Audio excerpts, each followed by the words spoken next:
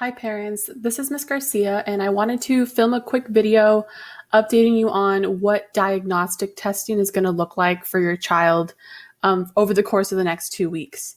So in this video, I want to first off go over why this diagnostic is so important.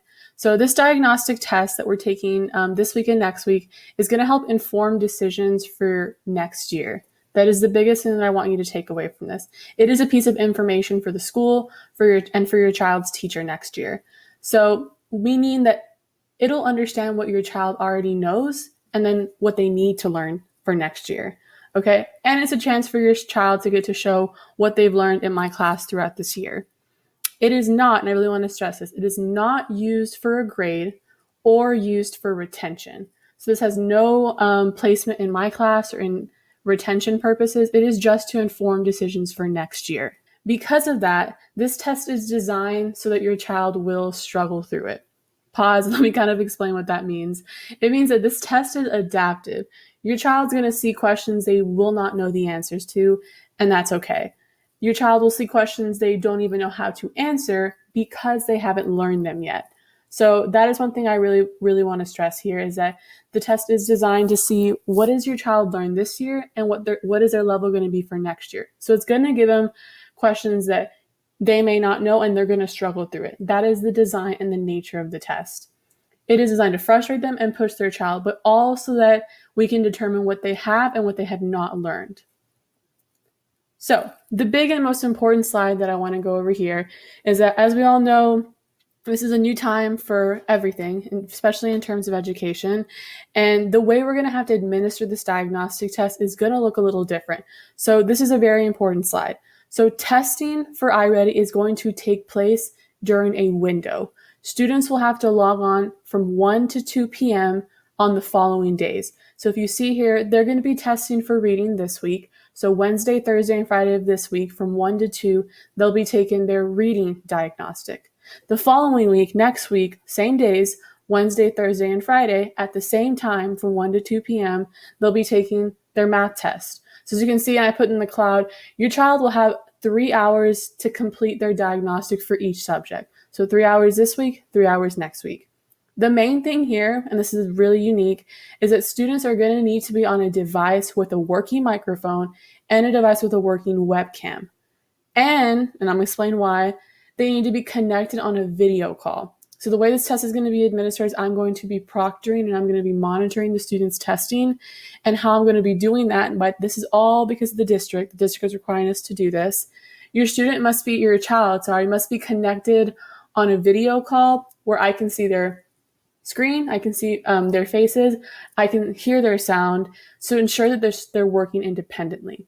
That is the reason the district is doing this. They want us as teachers to make sure the child is doing it on their own so we can determine their placement. Okay, what that means is that if a student isn't logged on at that time from 1 to 2 p.m. on those days, I will have to give their name to administration to take a makeup test. That is because the test will be turned on during that time. Students cannot access the test anytime outside of that 1 to 2 p.m. Testing window. So if students aren't present for testing and they aren't logged on in time, I have to take note of their name, give it to my administration so that their test can be disabled and they will make it up with administration 2 weeks from now. So May 18th to May 22nd. So if students aren't present, their test will be disabled and they'll have to make it up with administration. So it's very, very important as parents. The one thing I need for you guys to be helping me out with is just making sure your students are logged in again from 1 to 2 p.m. on the days that we're testing. Because if they are not, they miss one day, they have to make up the test. So that is very, very important. We'll be not having any Zoom lessons. I won't be doing any instruction those days. It'll just be testing. So a couple last things I want to advise to prepare your child to test, given that this test is going to be done with them independently, is just to ensure that your child is working on the test by themselves, independently, free of distractions, and most importantly, so that they can focus. So ideally, if they have a place that they can go to, a room where they can go to where they can do the test free of distractions, that is the one thing that we need the most help with in terms of administering this test.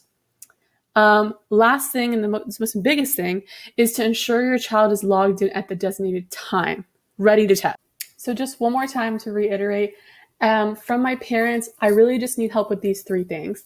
Making sure your child is working on the test by themselves, independently, without any assistance, that they're in a distraction-free environment so they can focus on the test, and that they are logged in at the designated time ready to test. So again, that time is 1 to 2 p.m. on Wednesday, Thursday, and Friday of this week and next week. If they aren't logged in on time, they won't be able to test and they'll have to do a makeup. So I really advise that they get on a little bit early so they can make sure their camera works and their microphone works and they're ready to test. Couple just last minute tips that I wanted to give that I really just want you guys as parents to give and relay to your child is to take their time and not rush, to read each question and answer choice carefully. If they have a question they haven't learned yet, which they will get, to just encourage them to try their best. This is to help them. For reading specifically, I encourage them to read each passage carefully and reread the passage when it's necessary. For math, I advise they have work paper out to do their work on so that they can show their work on paper for every problem. And lastly, that they check their work before they go to the next question. These are all very typical testing procedures. And just because we're doing it online, these are still the same as we would do on a regular test. So lastly, if you have questions, I know this is all new. This is new for me as a teacher. This is new for our school. This is new for parents. This is new for our students. So I understand the frustrations that you all may be feeling. If you have any questions and you want to talk to me about the test, please reach out to me on Remind, Class Dojo, whatever it is, whatever is best to get a hold of me. I want to help you guys out so that we can really see how much these students have learned in my class and they can be set up for success next year. So thank you. Reach out to me if you have questions. Be safe.